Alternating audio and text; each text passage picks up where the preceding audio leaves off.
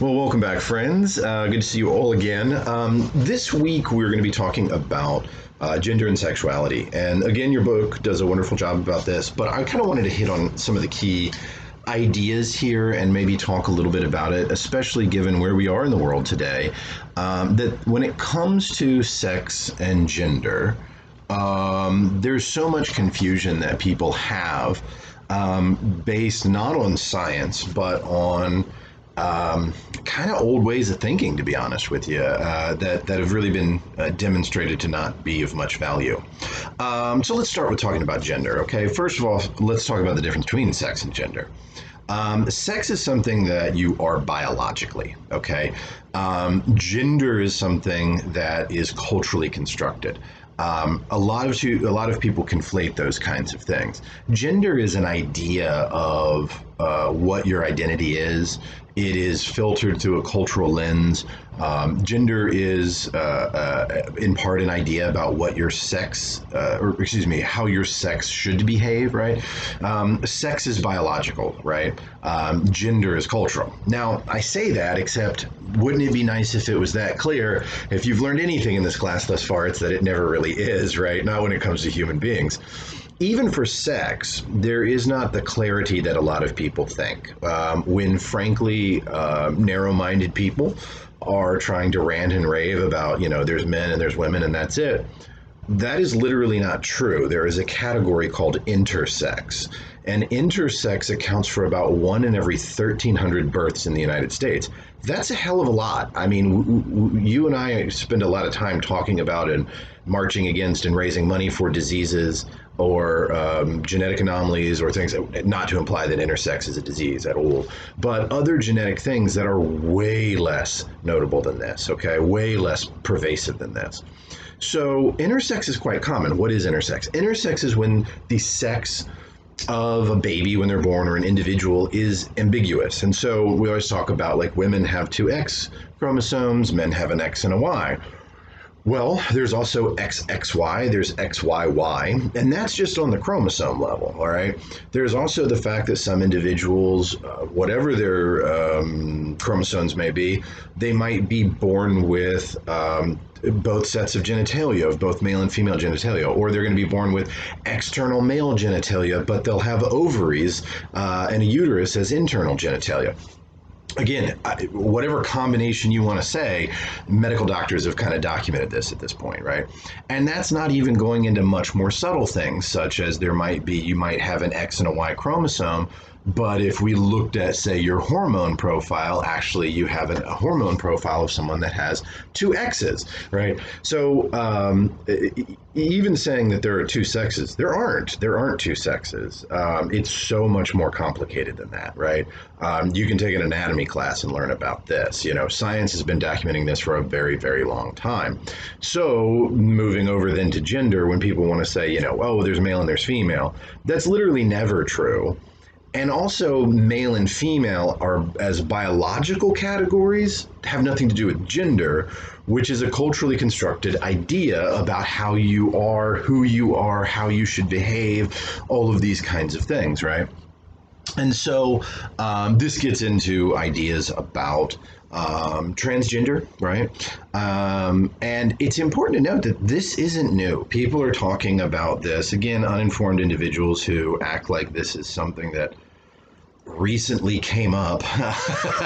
The reality of it is, in cultures literally all over the world, and for as long as we've had recorded history, there have been more than 2 genders. So, for example, the Hijra in India, literally some of the oldest writing in the world mentions them. They have been around for thousands and thousands and thousands of years, for millennia, long before any European civilization that's still around was there, right? So this is a very old cultural reality. There is also, for example, in traditional cultures in Central America, what is today Mexico, among the Zapotec and the Mixtec, they have a group called the Muxe.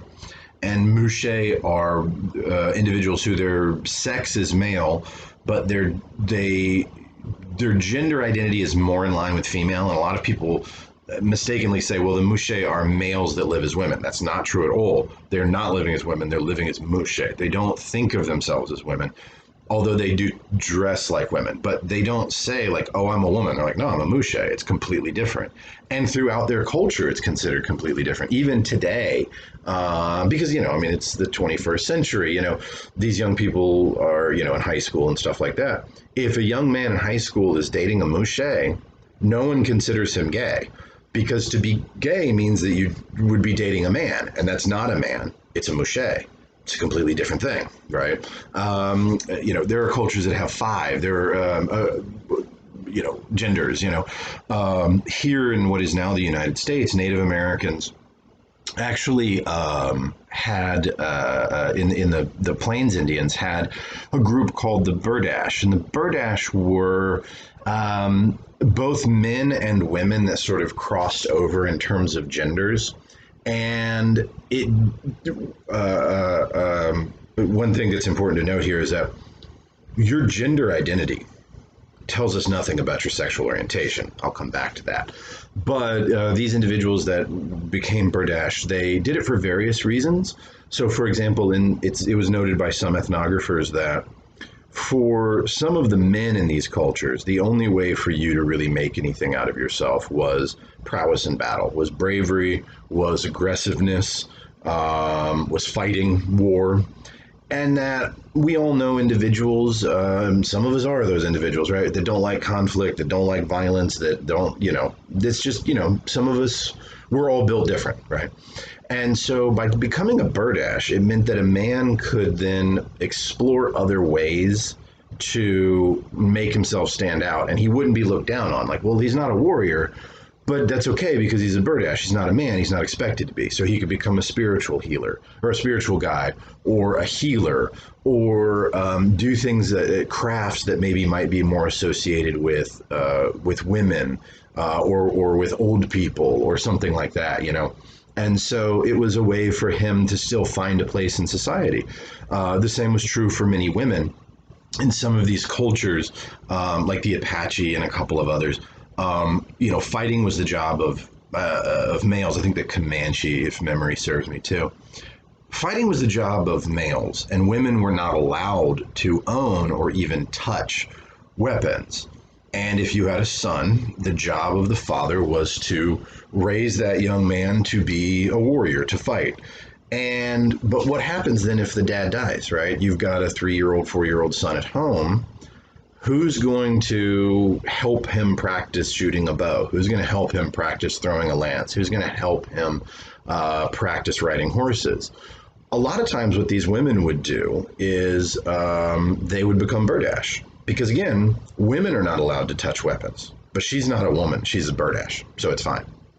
Right?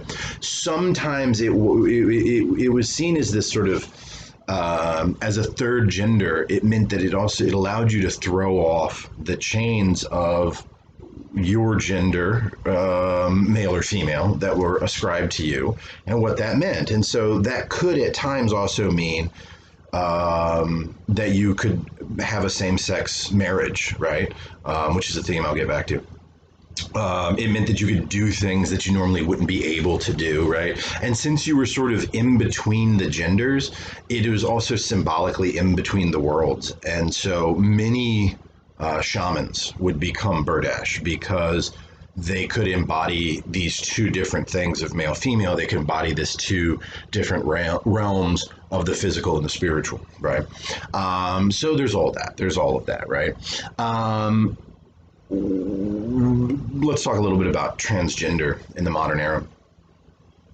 Unfortunately, I will say that I think that transgender hatred, transphobia, is unfortunately one of the last fairly safe prejudices and hatreds that people can hold. I think that we have come to a point, which is not to imply that other forms of discrimination, such as racism or anti-Semitism, have gone away. We can all turn on the news and see that that's not true. But I think that no one would be comfortable sitting in, say, a college classroom or going into a Starbucks and using a racial slur or using an anti-Semitic slur. And yet I've personally seen that more times than I can count when it comes to transphobia. That unfortunately, because of our ignorance, and this is something I want to touch on a few times, when it comes to sex, gender, sexuality, reproduction, culture, biology, all of this together, because of our ignorance, it has allowed people to propagate hate. Okay. Again, the idea of transgenderism and what it is at its heart has always been with human societies as far back as we have records. Okay. And is fairly universal from what we've been able to ascertain. I can talk about, India. I can talk about some of them in other parts of Southeast Asia, Africa, the New World, North America, South America. So this is all over the globe, and it's with everybody. Okay, but unfortunately, that hatred towards the trans community is very visceral. And in case you're unaware of the statistics of it, trans Americans are more likely to face sexual assault than any other group. The best studies have put it at about 50%, which is astronomically high. They're also much more likely to be re-victimized, so assaulted more than once. Okay, it's absolutely astronomical. Okay, and we're not talking about that. And as we make jokes, about Caitlyn Jenner or whoever else, that's out there, as we make these jokes and as we say these things, I think that we oftentimes lose sight of the fact that by normalizing hatred, by normalizing the treating of people as second-class citizens, it means that we deny them the fair application of the rule of law and of their basic humanity. That is exactly what happened to African peoples during the diaspora that enslaved millions and brought them here. That was exactly what happened in Europe against the Jews. Not just, people say, oh, the 1930s. It's a hell of a lot longer than that. In 1492, Columbus sailed the ocean blue. That's not the only thing that happened in 1492. The King of Spain banned all Jewish people from the Iberian Peninsula. There were no Jews in Spain and Portugal. They completely ran all of them out. If they didn't leave, they murdered them, right? So this isn't new, right? Yes, of course, the 1930s and the Third Reich and Nazi Germany were an incredibly dark period, and I'm sure many in the Jewish community would argue perhaps the worst. But it wasn't the first time that they faced that. It wasn't the first time that they were treated as somehow less than human. And that made violence against them so much easier for so many, right? So I think that we need to have a better conversation about the trans community and the struggles that these individuals face, and the reality that gender is all constructed. Your book talks about this a little bit. What does it mean to be a man? What does it mean to be a woman? There are cultures around the globe where whatever you're going to say, the dead opposite is true in those cultures. In the classroom, I often have students say, I'll say, okay, dads are like this, moms are like blank. Fill those in. And I always get the same responses. I said, not for you necessarily. I'm not saying your dad, your mom. I'm saying, but we think of dads in America as blank. We think of moms in America as blank. Moms in America. And every time I get dads are stern and serious and disciplinarians and, this kind of stuff. And moms are loving and nurturing and sweet and kind and healers and this kind of stuff. Again, there's cultures all over the world where that's the exact opposite. I always ask my students, how many of you, when you were a kid, heard, wait till your father gets home? Right? Some of you might not have, but I've never had a class where there weren't at least a few that they were like, yep, that's what my mom always said. Like, wait till your father gets home, these ideas about gender, what it means to be these genders, are completely culturally constructed, right? And so this idea that transgender people are in some way reinventing the wheel. As I said, it's not even remotely new, or making us question our own gender identities. Also, no, not at all, and somehow messing up something that is quite traditional. Again, if you read your book, you'll learn most of our gender ideas are very much a recent invention. Even it's not even as long as America. Our ideas about what a woman is, what a man is, has changed radically during just this experiment of America for 200 years. Again, go back 500, 1,000, 2,000, 10,000, and you'll find that it's just absolute nonsense, right? This idea that somehow the trans community is a threat to cisgendered individuals. And cisgendered is just a term that means that your biological sex and your gender identity line up. Okay, I am cisgendered. I am biologically a male, and my identity is that of a male, right? And so I'm cisgendered. And the idea that that's somehow a threat to you is as silly as saying that, people liking chocolate ice cream is a threat to vanilla. It's nonsense, Again, as Wade Davis said, and I always like to quote, when you ask that question of what does it mean to be human, you get 10,000 answers. And in that cacophony is the answer, that all of them together tells us what it is to be a human being. So anytime we say that one type of human being isn't the right type, I hope you recognize how problematic that is. Okay. Now, I was just talking about cisgendered individuals and things like that. Where exactly does the line between biology end and culture begin? We don't really know the answer to that question. All right. We do understand that gender is culturally constructed. We do understand that sex is a biological thing caused by genetics. But the two obviously have a tremendous amount of overlap. Okay. And I want to bring up, because I do think it's fair, we are struggling with some legitimate questions. Okay. And unfortunately, struggling with the nonsense questions of whether or not individuals should be protected, that they should be safe, that they should have rights, right? When we're wasting our time with those conversations, we can't have the more important ones, So, for example, right, many individuals who are transgender say, I knew when I was 5, when I was 8, when I was 12, whatever it was. At what age should individuals be able to transition? Right? Do I have a right to say what age? Doesn't a parent have that right? What if the parents don't understand the reality of it, right? By the way, trans youth have, the last I heard, the highest suicide rate of any group in the United States, because they often face such a struggle with their family and with their community. We don't really have people that do this well. The idea that counselors need to be more cognizant of it or trained in it is fairly new. And so unfortunately, you find a lot of counselors, including school counselors and stuff, that aren't bad people, but they just don't really have the training to deal with individuals who are trying to transition and to, see what that is, see what that means, right? How do we classify things? Is it just cisgender, transgender? Let's talk about people that are gender fluid, right? Where the gender is not sort of set, okay? There have been, and this is rare, I'm not using this as an assault on the trans community, because that's crap, but there have been a few cases where individuals underwent sex reassignment surgery, and after the fact, they said, well, I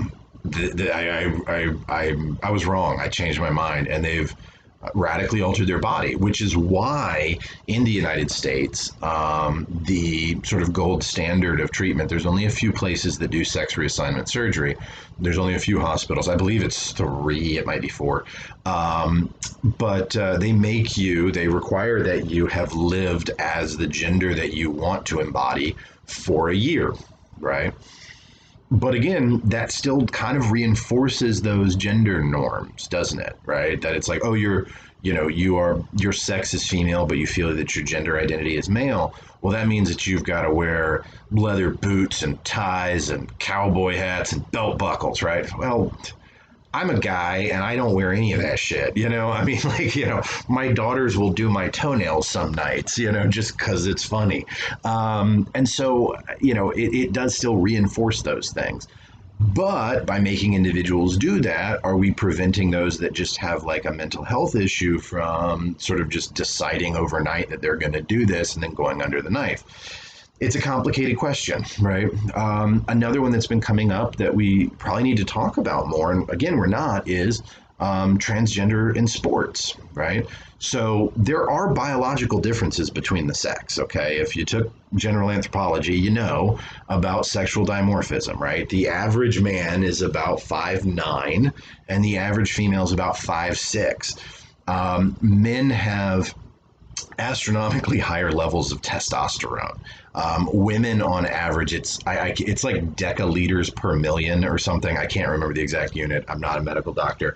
Women have testosterone. It's something like zero point 0.2 up to like 1.2 is the average range. For men, the average range is 7 to like 29. Okay, so astronomically higher levels of testosterone. Testosterone does a lot of really interesting things to the body, right? We often talk about it making people like aggressive or competitive. It does do that, but it also makes you have much denser muscles. So that like if you work out, you're literally capable of just getting bigger muscles because you have more muscle fiber. It makes muscle fibers more responsive to working out. It also makes your bones denser and usually bigger. That's why guys are typically taller than women, right? But it makes your bones much denser. That's also why women have such issues with bone loss later on in life, because what little testosterone they do produce really drops off in your senior years, and then that's bad, right? And so this is why women typically have much more bone loss than men do, because yes, men's drops, but if you're already at 29 and it drops by half, that's a lot different than if you were at that 0.2 and it drops by half, So, this is going to give someone who is born male and transitions to female, this individual is going to have denser bones. They're going to have bigger muscles. They're going to have usually quicker reaction times, right? And other things that endocrinologists have been studying. Well, the problem is, as a social scientist and as someone who is a sex educator, I've taught human sexuality and culture for 9 years at both Santa Fe College and at UF, a class that I'm hoping to develop here at HCC. I have to say I'm extremely supportive of the trans community. I'm supportive of the trans community's right to determination, their right to protection, their right to inclusion, right? Their right to pick their own pronouns, absolutely, right? All of that said, there are some issues here. Like, let's say that someone like me, whose sex and gender was male for 41 years, and then I transitioned to female. Well, the truth is, as a male, I've had a tremendous amount of benefits already. I've had a lifetime of my body being flooded with fairly high levels of testosterone, making my bones denser and more robust, and my hands bigger, my reach longer. What if I transition to female and then I want to start getting into combat sports? This has happened. There was a trans female, a woman who started fighting. She was born a male. She transitioned, I think, at the age of like 32. And then she started fighting in MMA fights against other women without telling them. In her second fight, she beat a woman so hard she cracked her skull. There is a reason that we have different divisions for males and females in many sports, though not all, because there is a competitive advantage biologically that in many cases a woman could not overcome. And there's cases where it can be quite dangerous, right? And so that's not nothing. Right. There's also the reality of things like if I transitioned, at the age of 40, I've spent a lifetime being treated better as a man, getting better educational opportunities, finding people that are more likely to mentor me, being paid more for doing the same job. Don't let bullshit internet sites confuse you. The data is very robust from actual journals, actual scientists, and actual information. Women make on average 76 cents on the dollar.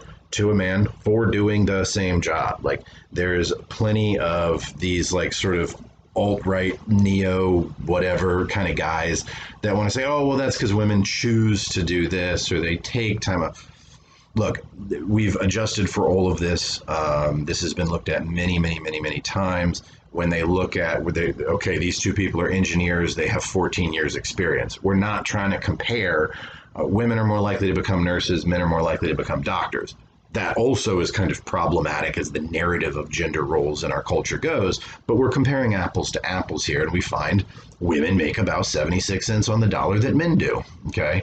And so, now if I transitioned, look at all the benefits that I've gotten, though, coming this far as a male. Okay. So it is a conversation that we need to talk more about. And it's, unfortunately, as I said, kind of distracted by a lot of the nonsense. Okay. So, other thing that I want to talk about is sex and sexuality. Okay. Sexuality is the very weird thing in American culture because we are, to surprise none of you, absolutely obsessed with sex. It is our advertising. It is everything. As somebody who studies this, I oftentimes would have students do, looking at television shows or magazines or books or whatever, and say, write down every time that they're using sex appeal, when they're using sex to sell, when they're using sex as a joke, when they're, all this, and people go, holy shit. I never even realized it. It's constant, right? I mean, think about it. Some of our most, famous celebrities, right? Kim Kardashian, the entire Kardashian clan. Why are they famous? None of them were singers or actresses or inventors or whatever else. They were famous because they were pretty and they didn't mind taking their clothes off a lot, right? And more power to them. No, I'm not trying to slut shame anybody. They became millionaires taking their clothes off. Good for them. But sex is everywhere in our culture. But with that said, we're real uncomfortable with it too. I often point this out and people get weirded out. Hear me out on this analogy. As a dad, I could take my 12-year-old daughter to see Saw 5 or whatever the hell. I can take her to the bloodiest horror movie. As her parent, I'm allowed to buy her a ticket and take her to go see a movie where people are pretending to eat other people's brains and pluck out their eyeball with spoons and just, I'm not a horror fan, nasty, terrible stuff of just cannibalism and blood drinking, and just, I can buy her a ticket and take her to that. As a parent, I could not buy a ticket and take her to see a movie where two people who maybe love each other actually have sex together, right? Now, I don't want to take my daughter to either one of these, but I think you get my point. You can literally show torture, madness, cannibalism. That's fine. Whoa. Two people want to have sex and feel good about each other? Hell no, we won't allow that. Okay, we have some very weird hang-ups about sex in our culture. And because of that, it's one of the reasons that we have some of the worst sexuality education in the developed world. We don't teach sex ed to young people. My daughters are in public school, and my oldest actually had sex ed last year. And guess what? It sucked. It was terrible. It was mostly really like a biology lesson, like these are X chromosomes, these are Y's, stuff like that. But they didn't learn anything truly about sex. Like it was just kind of glossed over of pregnancy, birth, first, second, third trimester. It's like, yeah, well, that's not all there is about sex, And younger than that, my God, could you imagine? In Europe, for example, young people start getting sex education in kindergarten. Now, before you freak out, understand that they're not teaching kindergartners how to have sex. They're not talking about orgasms with 5-year-olds, right? They're talking about things like that, you have private parts and that those aren't for everybody. They talk about good touch, bad touch, right? As the kids get older, they start talking about the differences of sex. I still remember when my oldest daughter asked me one time, a friend of hers in it might have been pre-kindergarten or in kindergarten, a friend of hers had a little brother, right? The mom gave birth and they got a little brother. She's like, I want a little brother. And I was like, oh, really? And she's like, yeah. And then she thought for a minute and she looked at her little sister and she's like, her name's Kendall. And she goes, when is Kendall going to become a little boy? And I was like, well, it doesn't work like that, and so, kids have questions about this. And so good sex education starts with helping them understand biology. As kids get older, it helps them understand that their bodies are going to change, and the changes that they'll go through, that doesn't need to be something that's scary. It doesn't need to be something that's bad, right? And so, good education does that. Now, some of you might have had abstinence only education when you were in school. As you get older, that they tell you that. I have to tell you something. Abstinence only education does not work. There has been a mountain of data that has demonstrated this. We have done so much research on it, right? Compared to what we call comprehensive sex education, which is telling young people about sex, how to protect themselves, how to prevent pregnancy, how to make smart decisions. What's interesting is a number of studies through the National Institute of Health have looked at this now. And what they find is when students are given abstinence-only education, which if you haven't had, abstinence-only education is sex is bad before marriage, you should not do it. Period. That's it. They dress it up in different ways, but that's it. They say don't have sex. You should be abstinent. Do not have sex till you're married. I don't want to shock you guys, but teenagers are horny, right? Teenagers are often very horny, and they can want to not, and there's still a real strong biological drive, okay? And so what we find is that young people who get abstinence-only education, when I say it doesn't work, I mean that. Kids with abstinence-only education start having sex sooner than kids that get comprehensive sex education. Okay. The average age at first intercourse in the United States is 17 years old. It's like 17, like exactly 17 for females, and I think it's 17.1 for males, or I might have that backwards, but it doesn't matter. It's right at 17 is usually the first age, despite, again, what Hollywood movies and television shows and, crazy alarmists on cable news might have you believe. That's been a pretty consistent age for quite a while now. Most young people wait till 17. So it's not sex crazed 14-year-olds out there making babies, no matter what Nancy Grace says, okay? But that average, it's actually a little bit higher for kids that get comprehensive sex ed, and it's a little bit lower for kids that get abstinence-only education. Kids who get abstinence-only education, not only do they have sex sooner, in their teenage years, they typically have more sexual partners. They have higher rates of sexually transmitted diseases or sexually transmitted infections, as we often say now, STDs or STIs. They have higher rates of teen pregnancy, right? When I say it doesn't work, I mean literally by no measurable benchmark is this an effective anything. Kids are getting pregnant. They are catching diseases. They are not waiting to have sex. They're having sex earlier, which again, I'm not really against, but I'm saying that if you're trying to tell them not to, it's blowing up in your face, right? So we have just terrible sex ed in the United States, unfortunately. And it has a lot to do with, like I said, this weird approach that we have to sex, that we are utterly obsessed with it. And at the same time, very uncomfortable talking about it, very uncomfortable exploring it, right? We have made some strides, I feel like. We have started to understand sexuality a little bit better. We are talking about it a little bit more, but we still have a long way to go. Okay. So for example, to talk about sexual orientation a little bit, of course, a few years ago, finally, the Supreme Court acknowledged that, same-sex couples are, people and therefore have rights. And let me just dispel the thing here. A lot of people say, well, we're having to redefine marriage. Well, no, we're having to redefine marriage. The idea that marriage is exclusively an institution between men and women is a fairly new idea. And around the globe and throughout history, we have found that that's simply not, the norm. All over the place, same-sex marriage and partnerships or unions or whatever you want to call it, were quite common.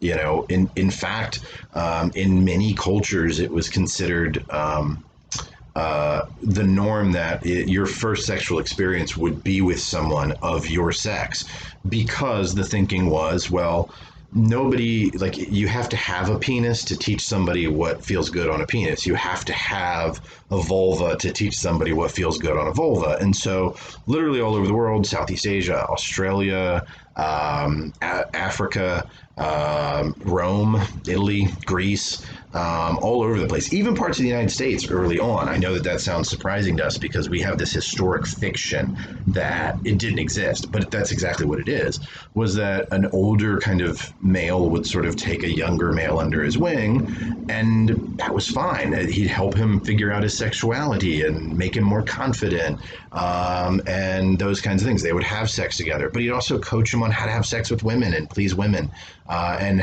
what to say to women to please him, and vice versa, that women would do this with other young women, right? It's not a new thing, right? And so this idea that it's like, oh, we have to redefine marriage. No, no. Like, no, we redefined marriage a little while ago to pretend it's only men and women, right?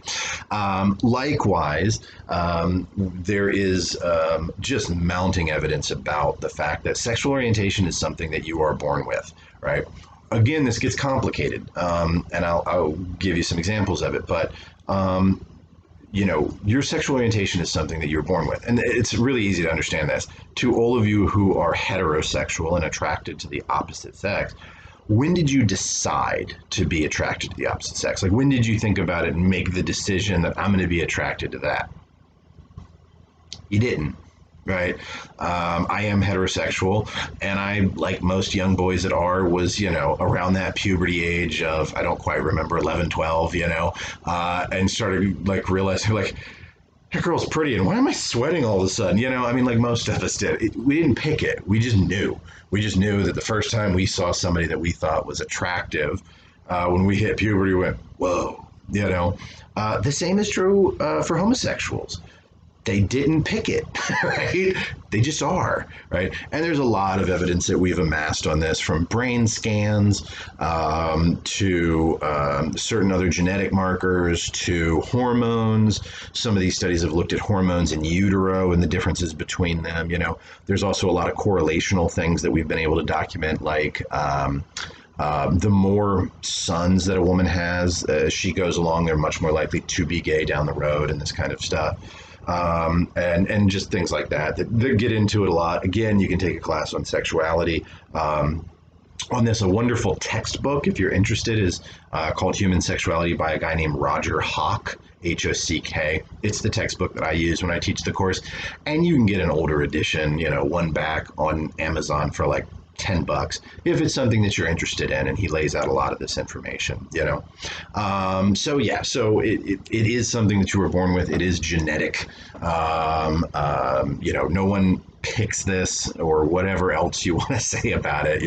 All that's nonsense, right? So again, I unabashedly always come down on the side of inclusion and acceptance, on kindness, and on plurality when it comes to human beings. As an anthropologist, right?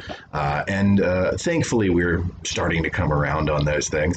Now, I mentioned that it is genetic, but that there's also environmental factors that come into play. Because individuals, they may feel an attraction for same-sex individuals, but if they're being raised in an extremely conservative or a very religious household, or if they come from a culture where that's extremely taboo, that might not be something that they're willing to express, right? That might not be something that they are comfortable sort of talking about. In truth, this is my mom. My mom is gay, but my mom was raised in a very Southern, very traditional, very conservative, very religious home.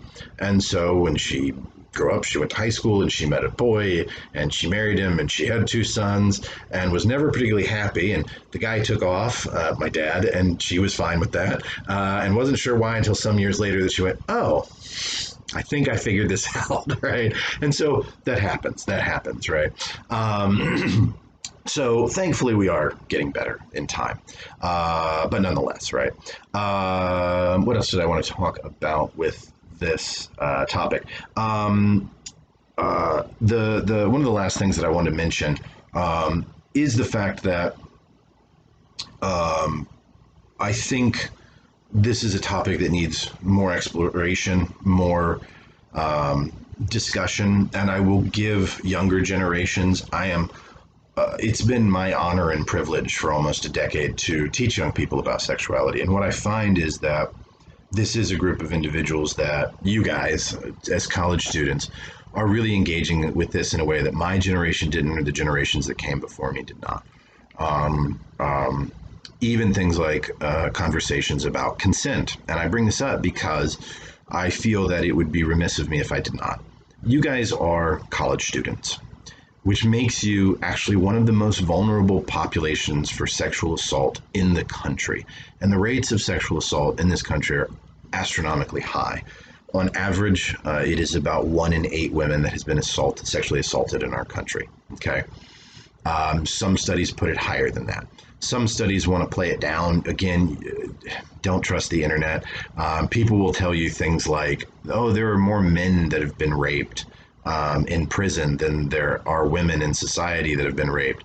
If every single man in prison had been raped, and of course it's nowhere near that high, but if every single man in federal custody had been sexually assaulted in prison, it would still not be a tenth of what we can establish has happened to women, right? Not even the ones that maybe we're not sure about, or the fact that many, many women do not report sexual assault for very valid reasons. If you're unsure of this, you can just look at what happened to the young woman that reported FSU's quarterback for raping her. She got so many death threats that she had to move. When she moved, people would stalk her and post her campus schedule, her phone number, and her new address every time she moved. She had to have 24-hour armed security with her at all times. Why don't women report this? I can't believe any of them do, given how badly they're treated, right? But nonetheless, setting all of that internet bullshit aside, this is an epidemic. We are watching young people be torn apart by this, and we're having more conversations about consent, about sex, about the choices that we make, and that's a good thing. And so, I would encourage you to engage with this topic. I would encourage you to look at it all you can, and sometimes force yourself not to look away, because some of it can be unpleasant, some of it can be tragic, but nonetheless, it is an important topic of conversation. So thank you all very much. A pleasure as always. I will see you guys next time.